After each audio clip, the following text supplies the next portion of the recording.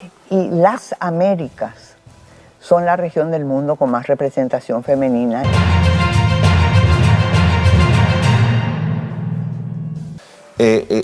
Los propios colectivos, los propios partidos, las organizaciones de mujeres, las académicas empiezan a preguntarse, bueno, ¿y cuál ha sido el impacto de la presencia de las mujeres en el espacio de la política? Evidentemente las mujeres tienen que estar en ese espacio porque son el 50% de nuestro país, por lo tanto no hay cosa que discutir al respecto.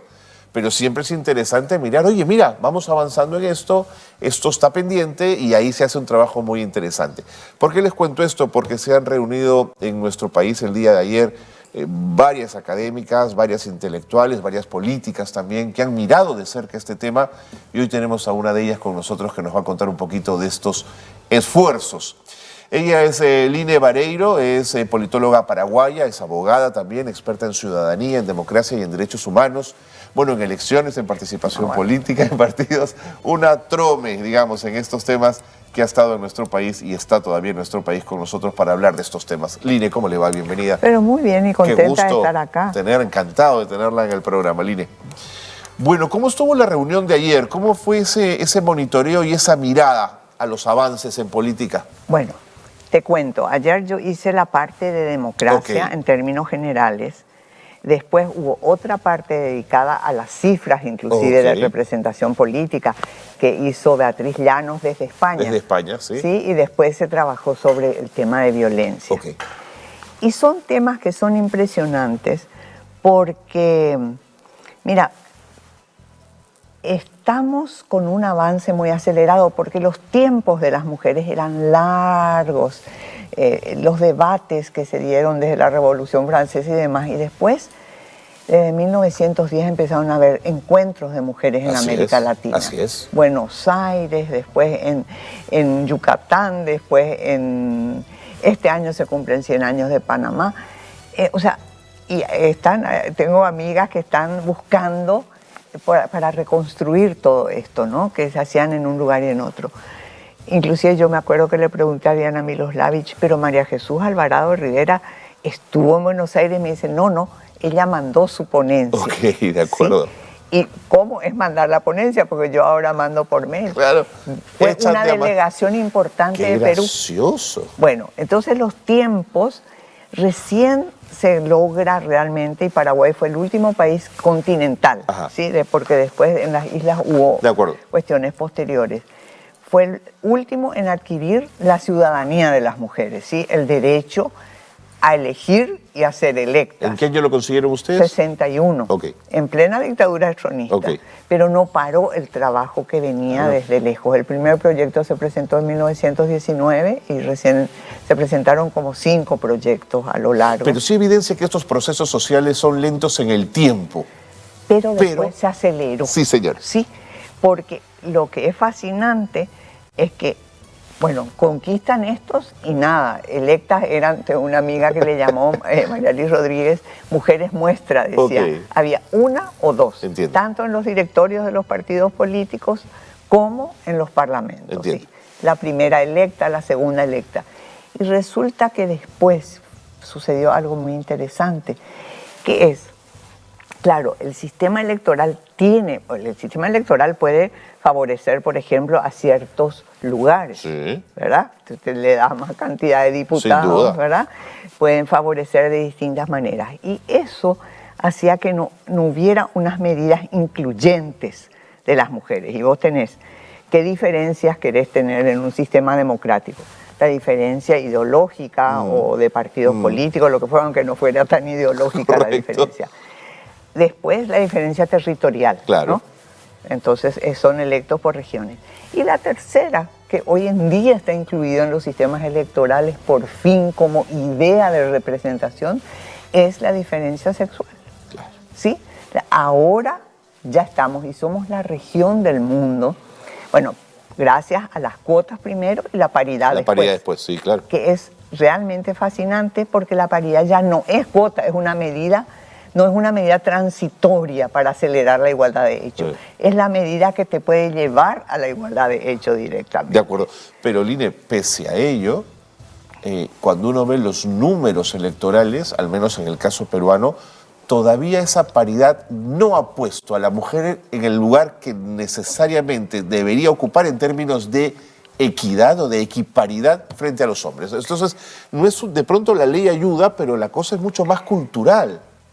Es y no es, porque realmente la última elección, donde ya había la norma de paridad, pero todavía subsistía el tema de la preferencia, de la doble preferencia que ustedes tienen. Sí, nosotros tenemos el voto preferencial. Pero ahora con las listas cerradas y bloqueadas, y si se aseguran algunas medidas que se implementan en la región, seguramente va a ascender más.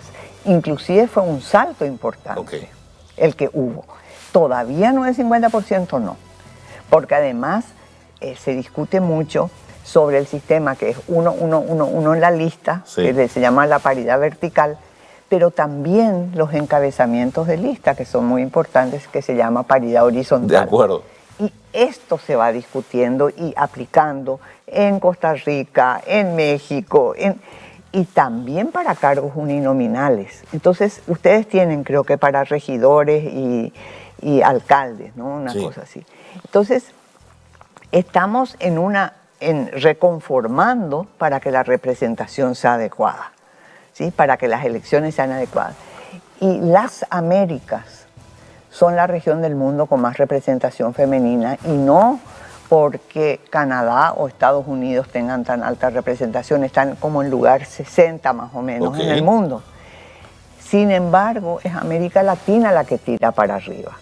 Lamentablemente no el Paraguay, perdimos las veces que se presentó el proyecto, pero Perú ya está en un lugar, creo que un poquito después de 10, ¿no?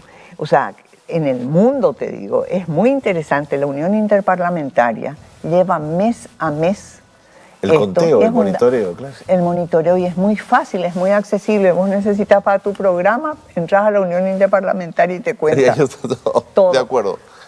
Line, quiero poner sobre la mesa algunas medidas que se han tomado, en general en América Latina, buscando esa paridad, y quiero preguntarle por los impactos obtenidos. Por ejemplo, cuando se ha hablado de la promoción de la paridad de género en los órganos de gobierno y en las listas electorales, queda claro por lo que usted me ha dicho que sí ha habido un avance importante. Sobre la toma de medidas efectivas para prevenir y sancionar el acoso político que sufren las mujeres, ¿cuánto se ha avanzado, Line? Mira, yo justamente ando insistiendo en el tema del tiempo. Tenemos la primera norma contra la violencia de género, que tiene 29 años. Entonces, inclusive digo yo, listo, si Cristo dijo, quien esté libre de pecado que tire la primera piedra, porque le iban a lapidar a la mujer, nunca hubo hombre adúltero, ¿verdad? Era la mujer adúltera. Por supuesto. Y no le lapidaron en ese caso, pero se sigue lapidando en el mundo. Y solo tenemos 20...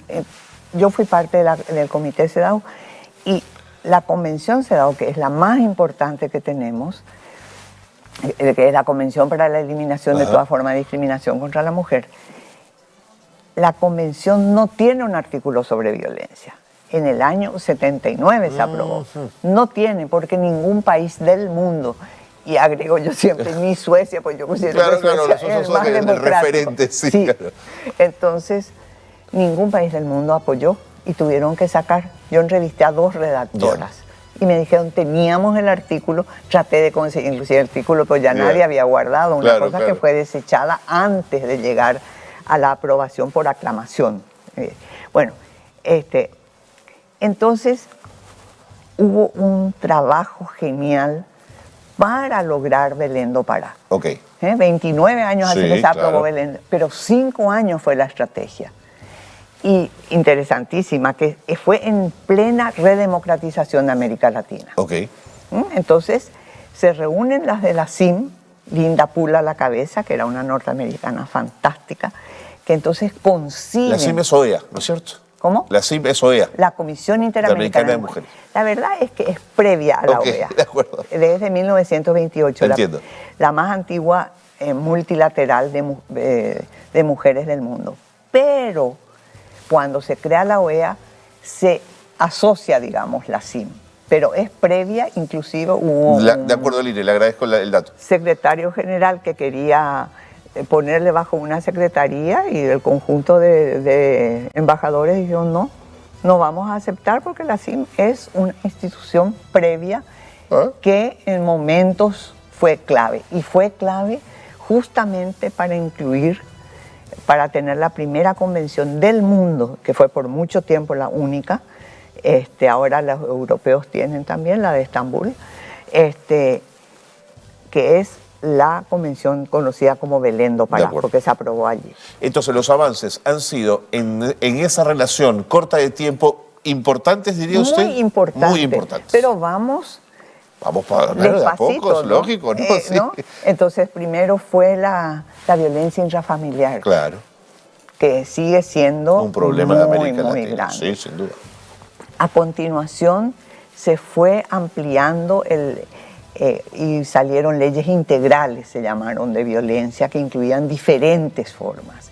Y la última en que se incorporó y se está trabajando muchísimo es la violencia en el ámbito político. Y hay medidas fascinantes. Por ejemplo, en México hay una interdicción a quien comete violencia de género contra las mujeres, pero y tienen un listado que no pueden candidatarse por una cantidad de años, no es tampoco cadena perpetua. No, de acuerdo. Entonces, es una sanción política. Es una sanción política por X años, pero hay en su listado hombres y mujeres. Ajá. ¿Sí? No es que solo hombres pueden ser violentos contra las mujeres en política. De acuerdo. Lidia, no me queda mucho tiempo, pero quería preguntarle, ¿cree usted que se ha avanzado en el fomento de liderazgos femeninos a partir de capacitación, mentorías, apoyo financiero? ¿Hemos conseguido liderazgos importantes de mujeres, Line? Pero muy importantes. Creo que todavía somos la región con más cantidad de expresidentas de la República, pero aparte de eso, que no fueron todas las que promovieron necesariamente, y hay muchos hombres que también promueven, sí, se promueve, pero también es la sociedad misma la que hace ese empuje. ¿Sí? Hay un tema fundamental que ya no se puede prescindir, porque hay formas, las mujeres tienen algunas cosas que son muy interesantes, distintas, que traen a la política. Pero en el accionar político también sufren una serie de discriminaciones. Seguro. Pero los hombres también. También. ¿Sí? Bueno, el patriarcado daña a todos, Line, no solamente a uno o a otro, sí? ¿no? Claro que sí. Pero es un sistema muy cultural, muy fuerte, que es difícil erradicar. Pero creo que estamos en buen camino en este momento, ¿sí? Pero las mujeres no son siempre democráticas tampoco. No, por supuesto. No, clarísimo, ¿no? Pero algunas veces absorben las características del llamado mundo masculino, ¿no es cierto? Y creo que terminan adoptando, ¿no?, esas malas maneras de hacer que contaminan mucho la política. Sí. Pero por otro lado también traen aire fresco, nuevas ideas, nuevas propuestas, otras miradas. Lili. Pero sin duda alguna, todas las leyes. Bueno, al principio las leyes fueron porque habían hombres que apoyaban, porque ellas compañeros que han apoyado siempre, claro. Sí, sin duda. Aliados. Para lograr. Pero después, lo que tenemos ahora son propuestas sumamente creativas que van abriendo el debate. Sí, señor. Y van cambiando mentalidades. Sí. Pero ahora justamente no pude estar en la reunión. Hay un senador en Paraguay que yo no le conocía y que ya es la segunda ley, presentó ante un feminicidio horrible, presentó una ley de educación en igualdad de género en las escuelas. ¿Sí? Fue impresionante. Enseguida reaccionó y presenta ante ese feminicidio que conmovió al país esto, y ahora, para ayer me invitaron a una reunión para discutir temas de violencia. Interesante. Line, cierro con esto. Nuestro país tiene hoy, no, digamos, porque le tocó asumir el cargo siendo vicepresidenta, una presidenta mujer, Dina Boluarte. Pero al mismo tiempo es una mujer que es probable, o con seguridad es responsable de la muerte de 49 peruanos en nuestro país. Siendo presidenta de la República pudo evitar sendas masacres a inicios de año y no lo hizo. Yo quería preguntarte si estos referentes de mujeres dañan todo lo avanzado, perjudican lo avanzado, Line. Bueno, yo creo que es negativo. Es decir, por un lado, a mí me parece que era la solución más institucional. porque era vicepresidenta de la República en una situación de crisis clarísima que hubo. Pero evidentemente, mira las cifras, vos decís 49, me han hablado de 60, y en diferentes partes del país. Sí. Y creo que hubo muy mal manejo de la crisis. Exactamente. Sí, pero tiene legitimidad de origen, ¿Es verdad? pero no de legalidad de origen, sin duda. Sí, ¿no? Y eso es legitimidad de origen en realidad para mí, esa legalidad, pero después el desempeño eso no fue el mejor, pero no es el único caso. Y tenemos casos de muy buenas presidentas, pero también tenemos casos de malas presidentas. Sí. Yo no creo, inclusive la primera que fue gobernadora de un estado en Brasil, fue espantosa, calamidad nacional le llamaron. Pero tenemos ejemplos, la señora Bachelet fue reelecta. Sin duda. Sin duda. Era y es excelente. Sin duda. Yo la tuve inclusive como alta comisionada. Y claro.